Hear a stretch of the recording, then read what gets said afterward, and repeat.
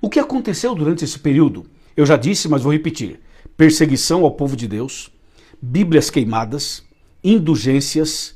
Indulgência era a pessoa pagar para obter o perdão dos seus pecados.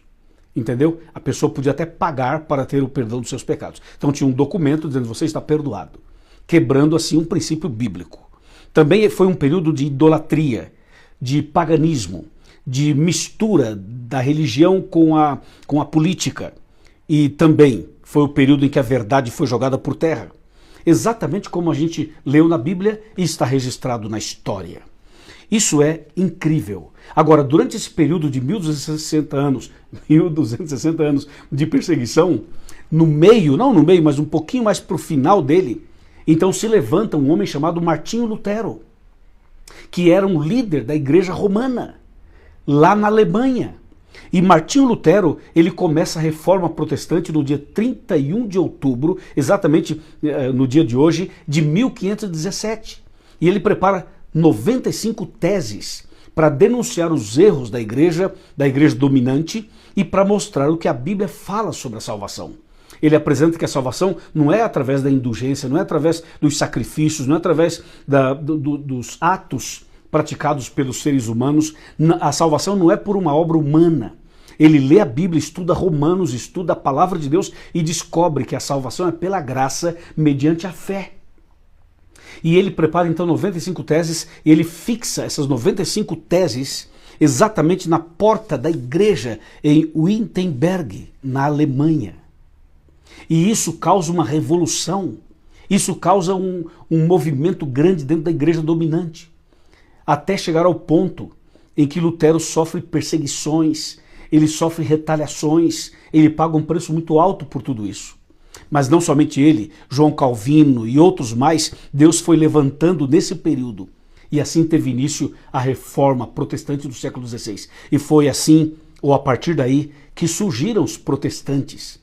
Protestantes são aqueles que protestam contra o erro e que defendem e falam a verdade da palavra de Deus, conforme está escrito na Bíblia Sagrada. Veja uma coisa muito interessante. Lutero foi usado por Deus para mostrar que a justificação é pela fé e que a salvação é pela graça de Deus. Deu para você entender? E toda essa reforma que começou lá continua nos dias de hoje.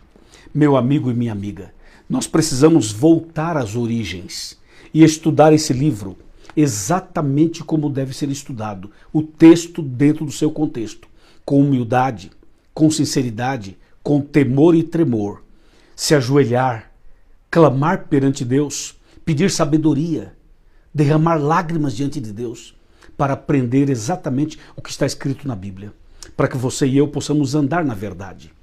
Essa reforma já começou. Hoje tem centenas e milhares de denominações protestantes do mundo inteiro.